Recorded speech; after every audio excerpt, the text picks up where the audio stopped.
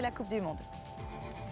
Bonjour, Hollywood, de nouveau en deuil après Robin Williams, la mort de Lauren Bacall, décédée chez elle, à New York. Elle avait 89 ans.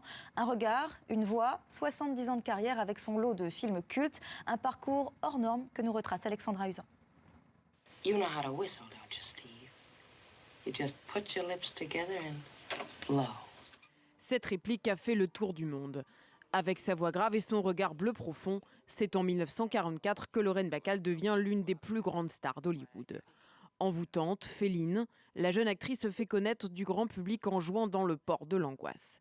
À 19 ans, la petite étudiante new-yorkaise fauchée donne la réplique au grand Humphrey Bogart, qu'elle épousera l'année suivante.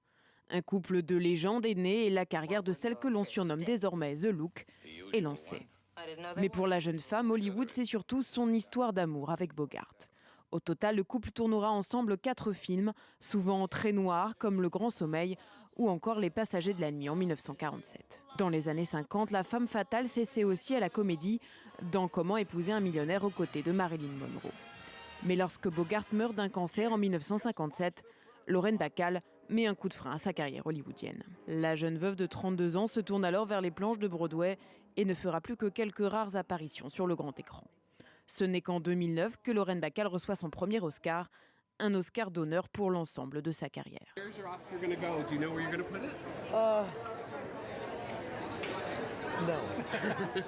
Pendant plus de 60 ans, Lauren Bacall aura donc envoûté le cinéma hollywoodien de son regard bleu glacé qui lui restera sans nul doute éternel.